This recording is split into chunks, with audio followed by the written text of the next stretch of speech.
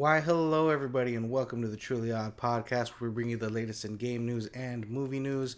I'm your host, Joe Garcia, so grab your controllers, get your popcorn, and let's go ahead and dive right on in, shall we? Starting off with our first game news topic of the day. While Crimson Desert has been delayed, as we discussed yesterday, they also have released some gameplay footage for the game because it is going to be showcased at Gamescom. So let's go ahead and jump on over and take a look at some of this visuals we have here. Graphically, this game looks phenomenal, and I think the gameplay looks like a lot of fun. Now, I can't play the whole thing for you guys, it is 13 minutes long, but I do want to show you some key highlights. This is kind of following along the story here. If you guys are interested in checking it out for yourself, go ahead and look at the description down below. I'll have the links to everything for you guys, but let's check out some of the mechanics here. Here you go. Got a bit of flying or gliding, if you want to call it. I think this looks visually stunning. For this to be I don't know if this is beta build or not. I'm not sure what build they're using, but it's definitely not the final build. So for it to not be the final build, it's probably a showcase build. Usually in gaming industry, what they do is they of course have alphas, betas, and stuff like that. But a lot of the times they do specific showcases builds for like events like E3, Gamescom, and stuff like that. Kind of focus on a very specific area of the game, so you're not dealing with the whole open world aspect, but a very minor detail, so you can get a lot of the details and things that pop out. That's kind of how they do that. But this looks absolutely gorgeous. This looks like a lot of fun. I'm loving the way it's looking so far. Let's go ahead and jump in. I think right here at about 4 minutes, if I'm not mistaken, we get to see some cool action. Oh, right here, 3:30. Let's see if we can unmute this and YouTube's not going to be a bitch. I'm going to be quiet, but if for whatever reason it just cuts ahead to me talking, it's probably because YouTube made me edit it out. But let's go ahead and check it out for about a minute or so here.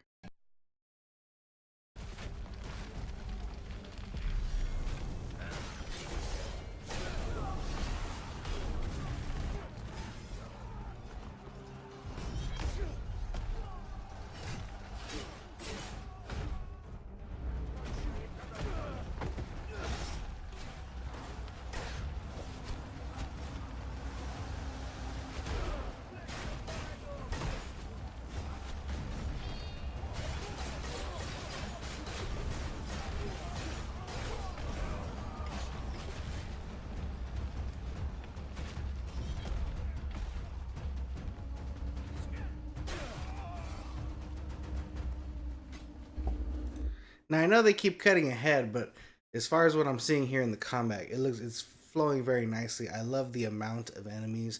It does seem chaotic, kind of like a war. I'm gonna be very curious if there's gonna be certain different like instances in the game where there's more enemies on screen than even they're showcasing here. But that looks awesome. I just think it looks like a lot of fun. Now they have a boss battle right here. I think it's about 5 minutes and 30 seconds in. It's not necessarily a boss battle. It's like a mini battle. Wait, was it 6 minutes? Anyways, I got this guy. Hold on. Let me see. Where was that fight I was looking? Oh, sorry. I was way off. It's over here, 7 minutes and 40 seconds. Then, Jesus. Let's go ahead and take a look at this battle. Graphically, it looks beautiful. Just crazy how good this game looks. I can't wait for it to come out. But let's go ahead and take a look at this. Even after you're defeated, you still dare to meddle in our country's affairs!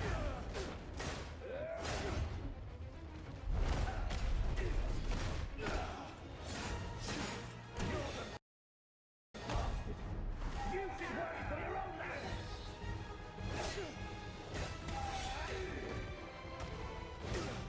In the name of Grand General Bastia, I shall execute you!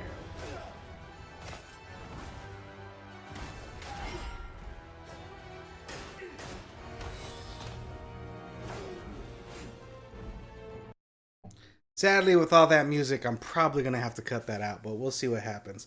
Um, excuse me, guys. But let me know what you guys think of this. I think this game looks really, really cool. You know, I wasn't expecting to be super interested in it. I do remember seeing some visuals from it initially, but me, I'm a kind of a gameplay guy, and after seeing this gameplay, it really kind of excites me to see this kind of fighting style and stuff like that. But there's a lot of games coming out with fighting styles like this. For me, what is it? Phantom Blade Zero. That one I'm looking forward to more than any other game at the moment. But this does look Absolutely phenomenal. But let me know what you guys think in the comments down below. Are you excited for this game, and did you like this 13-minute gameplay walkthrough? Again, everything will be in the description down below if you guys are interested in checking that out. Let's go ahead and move on to our next game news topic of the day, and this is regarding Krafton issues a formal response to the lawsuit. So this is about 100 pages of details regarding this lawsuit for Subnautica 2. If you guys don't know the details, let me refresh your memory. So Krafton files a Subnautica 2, fires the two Subnautica 2, or a couple of Subnautica 2 executives, and they delay the game to 2026. The publisher cited lack of content, leadership, abandonment, and replaced the team with Steve Papoutos, forgive me if I'm pronouncing his name right, as the new CEO. Initially, there was supposed to be a $250 million bonus given to the fired executives. The fired executives claim Krafton the fired executive claimed that Krafton sabotaged the game's release to avoid paying the bonus for Subnautica 2 sales milestone. So initially, they were supposed to be getting this $250 million bonus if the game did good on I think it was pre-order sales at a certain time, or early access sales at a certain time. Krafton issues a 100-page statement rebuttal. The company allegedly forms the leaders as focusing on personal projects instead of this one. Downloaded confidential data and left the game only at 12% complete. So that's what they're saying that happened. But if you guys are interested in getting all the details, where is it at here? There should be a link in this article. I want to make sure I get that to you guys if you're interested in reading their actual statement. Here it is. So if you want to go to this article, right below this section here, it says 100-page right there. So let's open this, and this is the whole legal document if you guys are interested in seeing all the dirty details. Now, I would go through this, but I'm going to be honest with you guys. Lawyers talk is like speaking another language. I don't know what the fuck's going on. So if you're interested in figuring it out, feel free to go ahead and take a look at this 100-page rebuttal and see what they have to say. But I'll wait for articles to kind of break it down into, stupid talk so I can understand. But let me know what you guys think of this in the comments down below. Do you think that they are correct that the game might have been at a 12% complete? I'm very curious how they would know that 12% complete standard, unless there is a storyline and it's only 12% through the story. I don't understand where they got the number 12%. I'm very curious how that turned out. But let me know what you guys think in the comments down below. Excuse me for a second. I need to cough. Sorry about that, guys. Let's go ahead and move on to our next game news topic of the day. It looks like Call of Duty Black Ops 7 will be skipping the Nintendo Switch at launch. So Nintendo Switch 2. One second.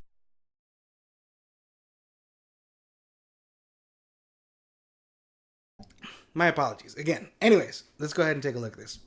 So the Nintendo Switch 2 is going to be skipped at launch despite Microsoft's 10-year deal to bring Call of Duty to the Nintendo. The release date and platform launches supposed to launch on November 14th, 2025. PC, Xbox, Xbox Series X, PS4, and PS5. Expected retail price is supposed to be $69.99 in the US, aligned with Microsoft's recent decision to cap holiday game prices. The full showcase is set. There's going to be a full showcase set on August 19th at Gamescom opening night live if you're interested in checking that out. So the question is, why will it not be released on the Nintendo Switch 2 overall? And the honest answer is it's not powerful enough. And that's the genuine truth. So this just lets me know, even though this game is going to be released on the PlayStation 4 and the Xbox One, which is a whole console generation behind, the Nintendo Switch 2 is in between for power, as far as I'm concerned, in between the PS3 and the PS4. And it's just showcasing that it's not powerful enough to handle what they've developed so far. At least that's what I'm getting from this, from my understanding of this, because it makes no sense that if the Nintendo Switch 2 is as powerful as a PS4, that it should be able to run Call of Duty 7 no problem, unless it's super difficult to develop for. And from my understanding, the Nintendo Switch is not that difficult for development process, as far as I have my knowledge. I could be incorrect about that. Let me know if I am wrong. I'd be very curious to see what the development cycle is for Nintendo Switch 2. But this just lets me know that it's not as powerful as it is. Even though the Call of Duty Black Ops 7 is being developed for the lowest common denominator as far as other consoles, and by lowest common denominator is essentially if I'm making a game and I release it on the PS5 exclusively, I can utilize the full power of the PS5 while developing my game and have things in my game that I would not be able to have if I were developing it for the PS4. A good example of this would probably be the Rat. What's a good example of this? There's a couple PlayStation 5. Let's you know what? I'll talk the first one, Ratchet and Clank Rift Apart. There's a lot of in that gameplay that utilizes the SSD drive in the PS5, transporting into other levels, kind of skipping load screens, making it that sort. Now I know they do a little bit of trickery, but it's also using the SSD to help. And a PS4 would not be able to handle the speeds of transitioning into different levels of that sort unless they find a way to make it less obvious that they're doing that, if that makes sense. So that being said, that if I were to develop a game for the PS4, I'd probably have to take that out or develop around it, and it'd be a little difficult to do that. So that with all that, that's kind of what they have to do for Black Ops 7. So while I'm sure it will eventually come out on the Nintendo Switch 2, they just have to find a way to make whatever they have for the game work for the Nintendo Switch 2, since it is less powerful. And that's kind of sad to see, only because I think Call of Duty should have dropped the PlayStation 4 and the Xbox One, because Battlefield 6 is doing that, and the reason for them doing that is they want to utilize the full power of the newer generation consoles, and we're at a point where we should start doing that. But Call of Duty is a cookie cutter game, so it makes sense for them to do it that way.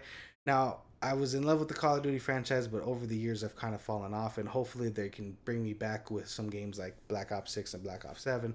I haven't really enjoyed them so far, but let me know what you guys think of this in the comments down below. Are you sad that it's not going to be coming to the Nintendo Switch 2? Moving on to our next game news topic of the day. So there are some confirmed games for the showcase at Gamescom opening night 2025. We have about 7 games that have been confirmed and more to come, of course. So let's go ahead and take a look at what these games are. Now, this comes to us from IGN, who kind of breaks down the show and when the show will start. If you guys are curious about that, the show is going to be on is it the global start on the 19th, right? Hold on one second, guys. I want to double check something. Yes, sorry. So it'll be Tuesday the 19th of August. It's starting at 8 p.m. CST, 7 p.m. BT, and all that. So if you want to know what your time zones are, go ahead and check that out. But here are the list of the 7 games that they will possibly be showcasing at the show. Now, let me kind of do a little bit more of a breakdown. They have Call of Duty Black Ops 7. This is set in 2035, following David Masson battling a tech syndicate called the Guild that manipulates fear through cybernetic warfare.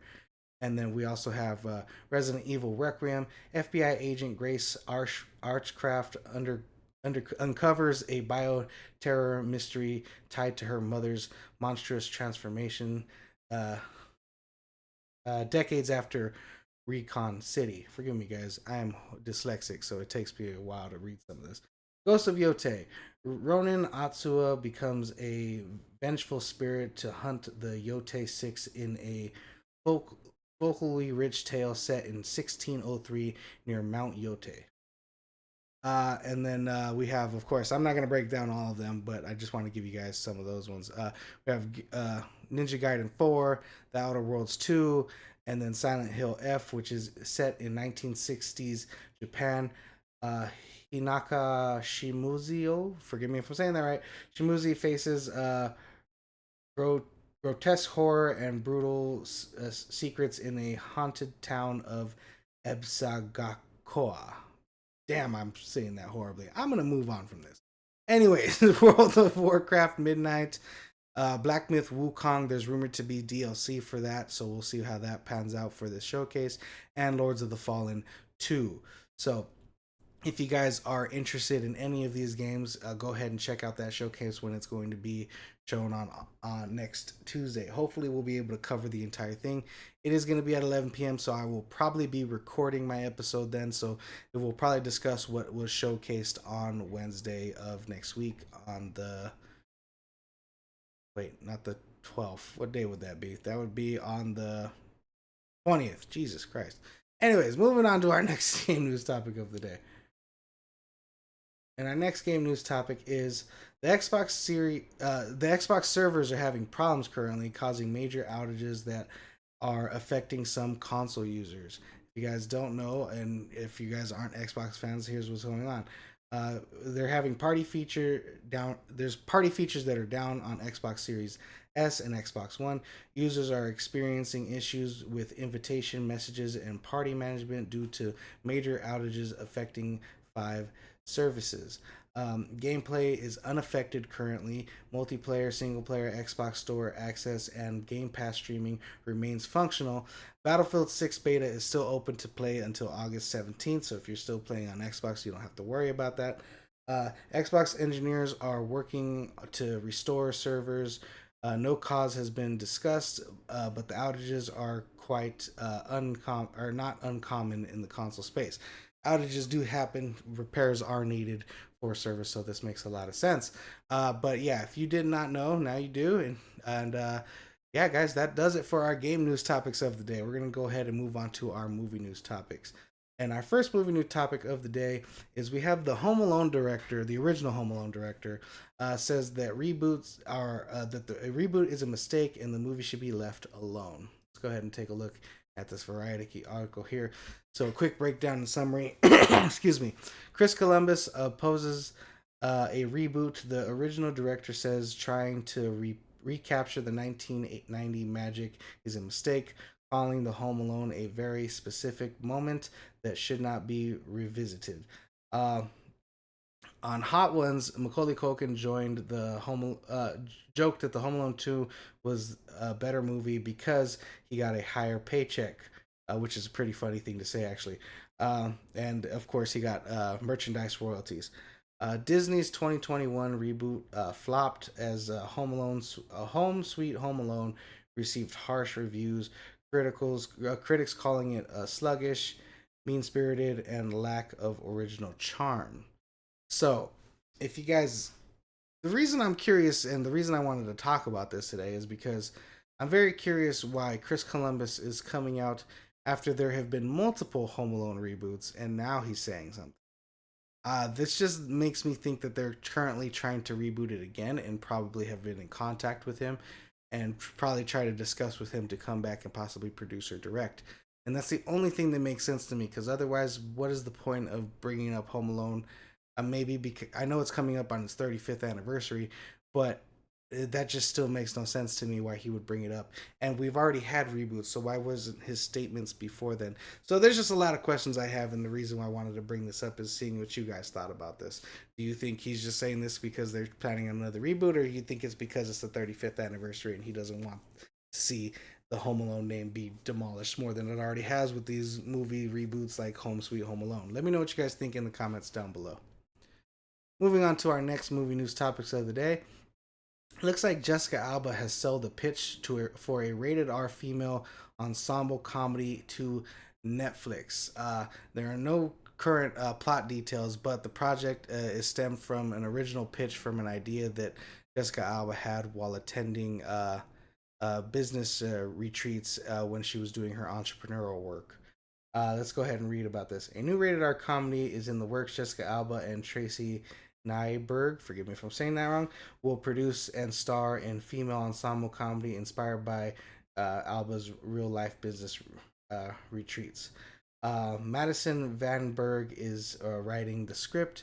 This marks Alba's return to Netflix after Trigger Warning, which hit #1 in 67 countries. And I think sounds like an interesting project. I know Jessica Alba's doing great with her entrepreneurial work, so I'm very curious as to see what would come of a lot of this, a lot of the comedy that she has to say. And I'm very curious what new projects she has to work on. I don't think her career has really gone off the ground as much as it should have. She was a great star back in the early 2000s, but she seems to have fallen off over the years, and hopefully this can be a nice return. But I don't think Netflix is the best place to do that, but you know how Netflix is. But moving on to our next movie news topic of the day. The Running Man has been delayed by about a week till November 14th. Almost exactly a week, actually. Go ahead and look at this Variety article. Paramount has pushed Edgar Wright's The Running Man remake from November 7th to November 14th, 2025. This stars Glenn Powell as Ben Richards, a desperate father in a deadly television survival game. Cast includes Josh Brolin, Colm Domingo, Lee Pace, Kate O'Brien, and Michael Sarah. Forgive me if I'm saying any of those names wrong. Written, Wright and co-writer, Edgar Wright co-wrote the script with Michael Bacall, adapting Stephen King's 1982 dystopian novel into a modern sci-fi action thriller. Now, the reason for this delay, if there's a reason at all, would be because of the following. Let's go ahead and bring this up here. So, November 2025 releases are right here for November 7th. Its initial release date is Predator Badlands. And I guarantee you, The Running Man, which is set here and hasn't been updated yet, does not want to compete with Predator Badlands. The hype for this movie has gone above what they expected. I'm sure that they're playing a bit of a game of chicken to see who would move first, and seeing that Predator's a bigger franchise and now has Alien Earth and stuff like that, and they're kind of connecting the things with the Weyland-Yutani company. And since that has happened, they've now pushed it about a week. But they will also be competing with Now You See Me, Now You Don't, which I don't think is going to be a big competition for The Running Man. But it's going to be hard to say because this is following a franchise, whereas The Running Man is an original, technically remake, see whatever. But so we'll see what ends up happening there. But following that week, we're going to have to deal with, of course, Wicked for Good, and that's going to definitely take over all the box office. So I'm very curious what's going to happen to Running Man. It doesn't seem to be coming out in the best window. I mean, there is room to go around for everyone. We're all dealing with the Thanksgiving holiday around that time, so who knows what's going to end up happening there. But it's going to be sad to see if Running Man gets lost in the shuffle with Predator Badlands and Wicked for Good. Because I think the movie's going to do really well because going to be really well because Edgar Wright makes phenomenal movies. I've loved almost every movie he's done. He's done a great job. So hopefully Running Man gets his time to shine during November. Let me know what you guys think in the comments down below. Moving on to our next movie news topic of the day. It looks like the Scary Movie reboot is going to be bringing back Regina Hall and Anna Faris. Hold on one second, guys. Again, feeling a little sick, so forgive me about that, guys. Hall and Faris reprised their iconic roles as Brenda and Cindy in the sixth Scary Movie, reuniting with Keenan, Shannon, and Marlon Wayans after 18 years. Directed by longtime Wayans collaborator Michael Titus, the film begins shooting in October and plans to hit theaters globally on June 12, 2026. The franchise has brought in nearly $900 million at the global box office and started in 2000. So, if you guys didn't know, they will be returning to Scary Movie, and I'm excited because I honestly haven't seen Anna Faris in quite some time. I can't even remember the last project she did. So, and I think she's really stands out in these movies, and she's a big star in these. And Regina Hall is just hilarious. I love her in most of her projects and most of the things she do. So I think it's exciting for them to return to this project, and I'm excited to see the Wayne brothers being behind this film franchise again. I think they could really do a great work with this, and I'm excited to see what they end up doing with it.